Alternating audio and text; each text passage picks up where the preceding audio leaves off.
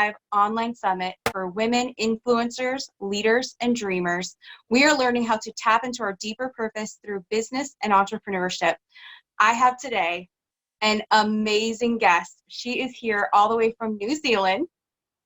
She moved there on a whim to spend time with the man of her dreams.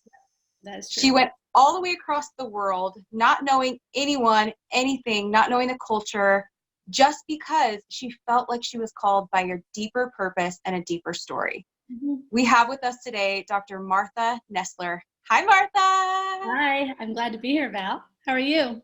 I'm so good. Oh my gosh, it's beautiful on this side of the world. A little chilly here, but that's okay. We're having what they call sprinter, spring and winter. Interesting. We're in like the summer fall area. Yeah. We live different, but we're having cold and hot days, so it's quite a new thing. But I'm getting, in my leather coat, warming up. Yes, well, you look cute, so that's all that matters. Sure. I'll look good living, my grandma said. So share with us more about you, more about all the amazing things you do. Okay. So I'm a doctor of chiropractic by trade. That's how I met my ex, who moved me to this beautiful country, which is 3 islands and not 2, but that's another day and another story. While I was here, I can't practice chiropractic. So I actually fell in love with essential oils and helped doTERRA open doTERRA Essential Oils. So I've got the largest team in New Zealand of wellness advocates who educate on health and well-being. When I moved here, I had to sell my practice, and I kind of felt like I lost myself, and I got really stuck in who I was before. I got stuck in the fact that I was a doctor of chiropractic. I had a clinic. I had a big clinic, and I used to coach. And one day I realized that was such a story. Do you know what I mean? And I could be a doctor who coached here, just in a different form. So that's kind of what started my online coaching business for women, because I knew I wasn't the only woman who was stuck in her shit, I guess, so to speak. Mm. Yeah. So that is, yeah. Here I am. I love that. And that's so true. And that's something that we kind of connected on, was that whole idea around stories. Yep. I love that you talk about that, because so many women, I'm thinking of the woman who's watching this right now.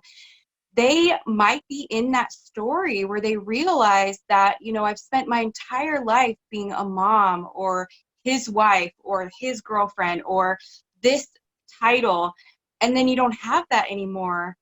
I heard you share about it. It felt like someone ripped all your skin off and you were exposed.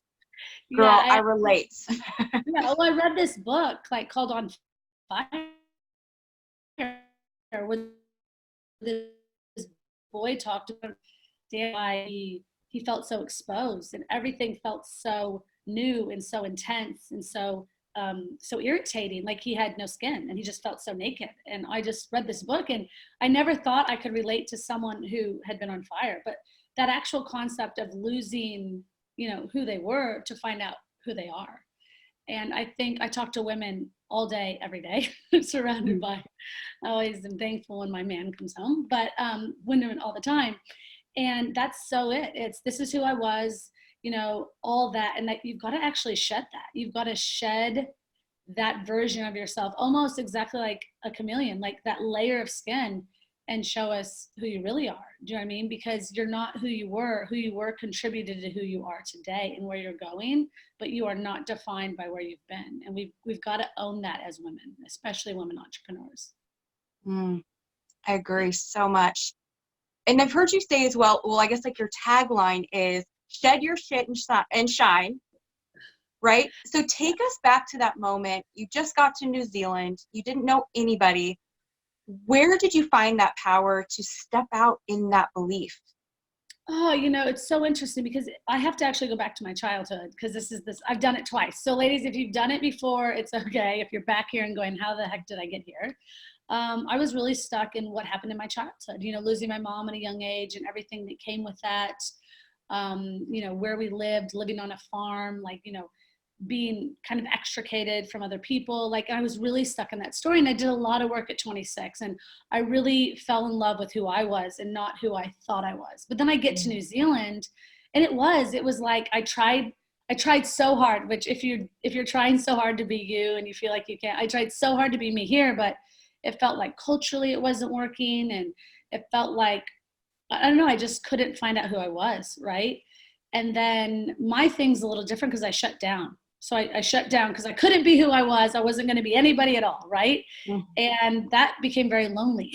And I realized one day that I was going to have to do a lot of work. And so I put myself through a process that I put myself through at 26. It was like going back in time to really identify what I call anchors. So anchors are big, they're iron. You're not moving. Like no one throws down an anchor and says, I want my boat to move. Like the anchor gets thrown down, so you're not moving. That boat's going nowhere. And many of you on this call, you've got anchors. Like I had them. Like, you know, the anchor of, I don't know who I am without kids. The anchor of, I used to be skinny. The anchor of, no one will buy my business. The anchor of, no one will hire me. All these anchors, and we throw them down. And then it's like, you know, you see a boat swaying. Like we try really hard to like move, but this giant anchor is like attached to our ass, right? So the thing is, I don't ever want you to not be connected to who you are, right? Like I'll always be a farm girl, right? From the States. But what about shifting it, shifting the viewpoint, and what I say, neutralizing the negative hold it has on you and converting that to roots. So when you think about a tree, it can blow in the wind, anything that comes at it, it's resilient, right? And it's rooted, and roots are like soft and they're subtle and they uptake nutrient. And that's why I say that shit that you once looked at, you know, the divorce, the bad decisions, the, you know, ex-husbands, ex-wives, whatever it is, and the kids and all that. You look at that like shit and like it's gross, but what if you repurposed it? And what if it became the fertilizer? What if that part of your story became the one thing that actually allowed people to know you better and was your selling point? You know what I mean? What if that shit is the one thing that's going to catapult you into business? So it's this whole process of shifting your perspective. And I always say, if you shift your perspective, you can shift your life. But it takes work, right? And it takes releasing that hold that we allow our past to have on us and anchor us to where we're not actually ever going to move forward if we keep living in the what shoulda coulda. So that's my jam. I don't know. I agree 100%. I love that because it is, I swear, you know, whoever it is, when you can take your mess and that becomes your message, 100%. It's not right. Yeah. It's like, it's not just your calling, it's your biggest responsibility to the world to share that. But I think it comes with that shift of ownership. You know what I mean? We're like, when your mess owns you, when your shit owns you, like you're not going anywhere. But when you own it, you can go anywhere you want. It's a vehicle that takes you places. But as long as it owns you, or like I say, as long as you're a slave to your story, you're not going anywhere. But your story can't serve you. You've just got to repurpose it and learn how to retell it, right? And sometimes another ear, another person like eloquently looking in from the outside and helping you speak in a different way, or, you know, just not look at it as negative. Some of the things that happen to us, like, you know, I love to talk to divorced women. If you wanted to divorce your ex-husband who's a narcissist, you wouldn't be with the man you love right now. So let it go. Your kids will thank you. Your new man will thank you. And Lord God, I'm sure your business will grow, right? But we don't see it sometimes because we just get stuck in this pattern, right? Get stuck in this constant pattern. So. Yeah, it's so funny how, you know, when you talk about getting stuck in that story and we're so blind to it while we're going through it, because me too, you know, I've been in that story where I was able to look back, and I love that you used the anchor analogy because there was this chain that was holding me to the anchor in my life. Yeah. But we're in so much denial about it sometimes. Well, I just think sometimes we can't see it because it's literally become a part of who we are. You know, I work a lot with mindset, and your mind is really programmable, so to speak, and we can tell it what we want it to believe, and people create their own reality. And if you've created that as a part of your reality and you live it like it's your truth, you know, live the past as though it is today, you actually don't know. And that's why I love coaching, because I had no idea about my anchor when I was 26. And I remember someone explaining to me why they didn't use the word anchor, but why I was stuck. Of course, I thought there was something wrong with them. There's no way, like, that's not true. And, you know, I had to do a lot of self-work. I had to work on myself. I had to like wake up to my own stuff and realize oh my God, I am literally in my own way. And that's why I love coaching, and I love the concept of working with another person who can see you and who can guide you, not tell you what to do, but just say, hey, what if we looked at it this way? And what if you tried it that way? And then you get to decide, because some people enjoy being stuck. Like, you know, those people that we know that tell their stories over and over again, they're happy. They're like, you know, pig in shit. They just roll around it and love it. But some of us want to get out of it. And that's the people I love to help, the ones that want to get out of it. That's huge. I love that you said that, because it's true. You know, so many people can get purpose or significance from that story, and they're happy to stay in it. But it's the people who are ready to take action and actually want to get out of that. Yeah. Once they're awakened. Oh, yeah. And then it's like, the cool thing is, once you get out, if you do go back, you know, to old habits, old patterns, because that's what they are, you know, you can look at that, and then you can develop self-discipline. Self-discipline's a muscle. That's something that if you constantly work at, you know, okay, that habit, that pattern leads me this way. I need to do things this way, you know, and that can be changing the way you look at life, your thoughts, what you eat, where you live, who you associate with. You can change those things if you want to, right? But, you know, I always tell people when they hire me as a coach, I say, if you're not going to do what I recommend, please don't tell people I'm your coach, right? Because it's like, coaches don't work unless you do. Nothing works unless you do. And you've got to be willing to do that work, and you've got to be willing to make the changes, or you'll be anchored for the rest of your life. You know, you've got to be willing to put the time into yourself and make yourself a priority. I love to say choose you, because so many people, we choose our children, we choose our partners, we choose our business, we, you know, like choose our dog, we choose something, right? And we don't choose us. But if more women stopped and realized the most selfless thing they can do is choose themselves, you will show up as a better partner or spouse or wife or husband or whatever. You'll show up as a better business owner or better employee, as a better mother, as a better dog owner, as a better human, if you take care of yourself and sort your own self out and show up as the best version of yourself. But that's not something we're used to in society. We're told differently. So it's a big change in thought process. Yes. Yeah. I love that you said that, you know, your mind can be reprogrammed. And then also you talked about putting yourself first, because I know that a lot of women get so used to, because we're the caretakers, we get so used to putting our kids first, our husband first, our boss first, whatever first, because we don't want to rock the boat. We don't want to be the bitchy one, you know, and cause problems. So what advice would you give to that woman who is saying, yeah, this sounds really great, but how do I put myself first? You know, I mean, that's why I did create my group, The Unanchored Woman, and I have a program called Unravel the Real You. So The Unanchored Woman, like I'll never forget, I was in Costa Rica, and I've been felt called to start a coaching group, right?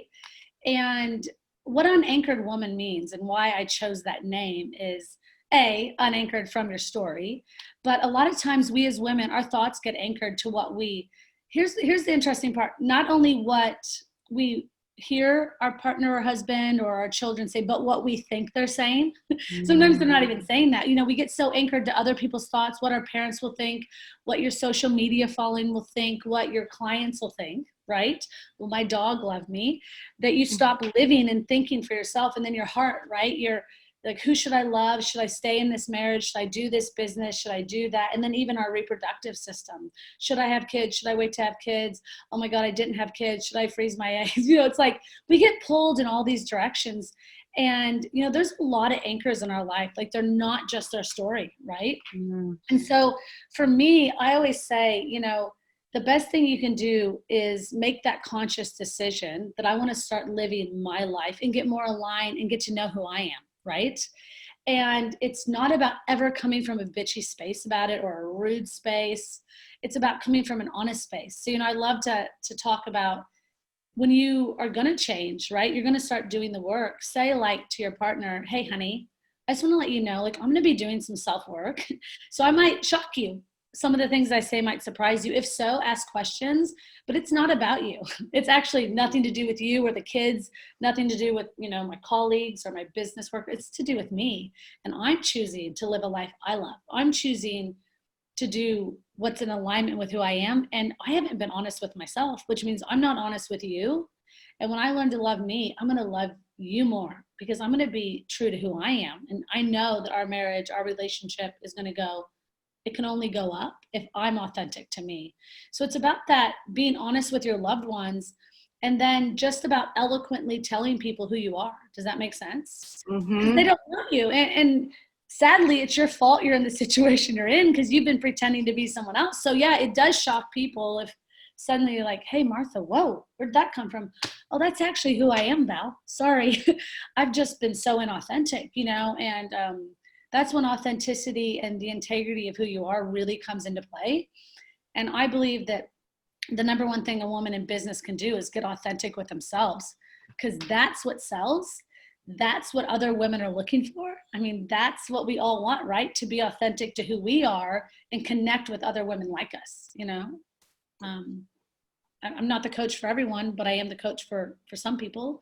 And you may not be the coach for everyone, but you might be the coach for some people, right? And those are the people you want to find, but you can't find your ideal business people if you're hiding. I always say, if you're like the Wizard of Oz, behind, like behind a green curtain where they're like off to see the wizard and he's like, hello, this is Oz. And they pull it back and he's just this little guy, but people don't want to find out that you're a different person behind social media or behind what you're selling. They want to work with someone who's authentic and shows up as themselves. So amen. Yes. Yeah. Preach it. Oh my gosh. I love this conversation. And it's so true because, being yourself, I love that, because the more fully unleashed, unraveled you are, that's what this whole tribe is all about. The wild tribe is exactly that. I know, right? I loved it. It's so, it's such a great connection. Yeah. And it's all about, women pulling back and being authentic and talking about the real stuff that's going on. And I agree, I tell clients all the time, I'm like, so if you pretend to be someone on a first date, what's going to happen on the second date? Your true colors are going to start showing. So if you're out there on social media portraying something you're not, you're going to lose your clients' trust like that. Not to mention you're proving to yourself that you're an untrustworthy person. And I think we're making this shift. I've been an entrepreneur since 2006. This is my third multiple six-figure business. So I've been around a little while. And the way we used to get clients, the way that people, not me, but people used to get clients, was you could build a funnel, you could put yourself out there, people would buy it, and they'd say, okay, and whatever. Now it's about connection. It's about community. It's about them knowing your authentic self. And people are pulling back the green curtain and they're going, you don't look that good all the time. Okay. Every day is not a happy day, and you do not eat, raw food all the time. I saw you eat popcorn at the movie theater. It's like they're pulling these curtains back, and they're wanting to connect with the people who authentically eat raw food all the time, because that's what serves them. So I just think it's so important that we stop as women and check in with ourselves. Obviously men too, but they're not watching this. Check in with ourselves, because I also believe, talking about women, this is our time where we're making shifts. We don't have to just be home with the kids. You can be home with the kids and make $1 million, Yeah. I love it. I've got women in my doTERRA business who were really afraid, like, can I work and be a mom? Can I do both? Because in New Zealand, it's like, can I do both? And now it's like, now that you're making, $150,000, your kids love you more. They see you being an awesome mom. You know what I mean? They see that. Like, you can do it all. And that wasn't something we've always believed as women, right? But so you can create this life you love. And the number one thing is finding out who you are and presenting that to people, presenting that person to people, maybe refine it a little, that's for hair or whatever. But for the most part, just go out there and be you. And your authentic tribe will magnet and gravitate to you. And they'll find you. I just met one of my coaching clients in the airport, and we met because we didn't want to go through the body scanner. And he's from a German man living in Australia. I'm an American living in New Zealand. We met San Francisco airport. Ended up having a coffee, and he just called me and said, I'm going to hire you. So we meet these people when we're true. You know, I wasn't pretending to be anyone. I was in my favorite sneakers, jeans, and probably this coat, and just doing my thing, not getting body scanned, and he wasn't either. So it's like, but if you pretend, you know, in those moments to be someone else, or you don't present yourself in authenticity, you miss all those chances. You miss those interactions. You miss those clients that are actually looking for you. So. So good. And I can't agree more that, you know, like when you're in alignment with who you are, everything falls into place the way it's supposed to. 100%. Yes. You know, it's so funny. My ex and I were very good friends. We talked this morning. We split up very mutually, and we lived together for about a year until I figured out where to live. So when I moved into my house, I created my vision board, and it's literally bizarre the things that are falling into place over this entire year. Meeting the man who I wrote out on paper. I call him my Mickey Mouse because it's like I drew him and he popped off paper. And just what falls into alignment when I stepped into who I was and I healed myself after that relationship. You know, I didn't let what happened between him and I define me. I let myself claim who I was today, not who I was before I moved here, because I'll never be that person again. Those bits and pieces come with me, right? But I'm not that person anymore. I'm not the girl who lives in, you know, Springfield or Sherman, Illinois, it's where I was born, wearing cowboy boots and shoveling pig shit. Like, I'm not that girl anymore. Do you know what I mean? But those traits have come with me. Those lessons have come with me, that work ethic. But you've got to let yourself, you know, redefine when you need to. Like, redefine yourself as you grow, because you consistently grow if you allow yourself to. And I think that when we put the cap on growth, you know, if you're not growing, you're dying. And when we say, this is who I am, and I'm going to show up like this, it's like, no. And tell your audience, hey, you know what? This is who I really am. This is my new evolution of self. And I might be someone different tomorrow or in a year. I don't know, because I'm growing, and I want you guys to grow with me. So, yes. Yeah. Brilliant. I love it. It's beautiful. Yeah. This conversation is just amazing. I'm like, you know, so much of what you're saying is what I believe as well. And I'm just like, I can't believe that there's someone all the way on the other side of the world that thinks and lives this way that is just so in alignment. Like, how does that happen, right? I guess we're both in alignment. Yeah, I think we're going to find so many more people who, like, this conversation right now gives them permission. Like, I needed permission. Like, I don't know who I needed it from. And I know people watching this right now are going, wait, can I do this? Like, I give you permission. Like, you've got permission to do it. And I think it's just because we, you know, whatever your background is, however you grew up, or the belief systems you have, sometimes you feel you've got to stay there, right? And you've got to continually make everybody happy. But, like, what kind of life is that if you're dying on the inside to make everybody else happy? You know, I talk to clients all the time. Like, I have a woman who's afraid to have sex with her husband because of her mother's beliefs about what sex is. But I mean, that's real, right? But think about as she's been letting go of that, and as she's moving through what sex can be for her with her husband, what that's going to transform her life and her husband's life, and then the way they express themselves in business to their children, right? But we've got to be willing to look at it. You know, I always say, shift your perspective, shift your life. Like, a completely different perspective on a same situation can alter the outcome, alter your experience and your expression. But you've just got to give yourself permission to tweak the way you look at it, you know, just to shift it just a little bit. So, yeah, absolutely. I think it's the greatest lesson I've ever learned, and probably myself, which is why you resonate with it. Yes. Yeah. And I remember that feeling too, like feeling like I was waiting for someone to agree with me or to, like, give me permission to do whatever. Cause I remember, like, Wayne Dyer was one of my first people I started following, and I was like, whatever he's doing, I want to do it. But I waited for someone to, like, give me the okay. I don't know who that was, like you said, but I was waiting for someone to give me that permission to not live this life that I should live according to. It's like God's going to open up the heaven and go, it's okay, Val, you're fine. You know, like, that's literally, I think I was waiting for that too. Or from my dad. I remember telling my dad, how funny, like, I'm gonna you know, I'm going to be more honest or whatever with, and my, whatever. My dad's like, okay, like, do you not feel like you can be honest? I was like, I'm going to be a little bit more out there. You know, I even hesitated, with the word shit, like, should I say that, you know? And my dad's like, because just who he is, I didn't want to upset him. So I asked him, he's like, yeah, you can say shit on the internet. I don't care. But those are the things, like, and I tell you that to be real with you, because those are the things in our mind that we put there as an obstacle. You know, like, I'm a 36-year-old woman asking my dad if I can say shit. My dad's like, you can absolutely say shit. You can do whatever you want. You pay the bills.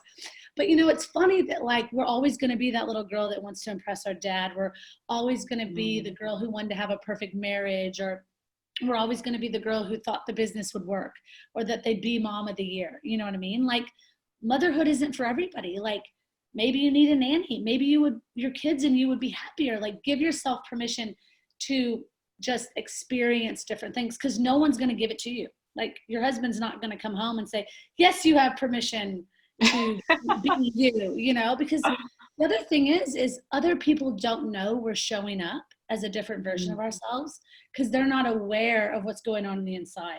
So this is the thing. This is the leap of faith. This is the inner tuition, that innate knowing, that trust, that you have to give yourself permission, and you have to be okay with fully expressing who you are. No one can do it for you. And that is the hurdle. It's because we are used to getting permission. We're used to asking for permission, but not in this one. This one is, it's you doing the work, you giving permission, and you accepting yourself for who you really are. And that is hard, Val, when you've been living like someone else. That is so hard. When people think you like to wear polka dot dresses, but you want to wear leather and get tattoos, that is so hard. Well, I could just continue this conversation all day long, but I don't want to keep you too long. So okay. I know that you have a great group that you are offering, and you have an offer for our listeners today. Can you tell us more about that? And my group is called The Unanchored Woman. And it's basically that, unanchoring yourself from all of it to find out who you really are. But it's an awesome, awesome group. It's $30 a month, and there are some discounts if you buy ahead. So if you want to find me on social media, it's Dr. Martha Nessler at Facebook and Instagram, or you can go to my website, www.drmarthanessler.com. Thank you so much, Val. I'm so excited, and getting to know you and learn more about you, and what you're doing is absolutely amazing. So we need more women out there giving women permission to be who they authentically are. So thank you so much. Oh, thank you, Dr. Martha Nessler. It has been so amazing chatting with you, getting to know more about you, getting to see your adorable dog. Oh my gosh, it's like a little teddy bear.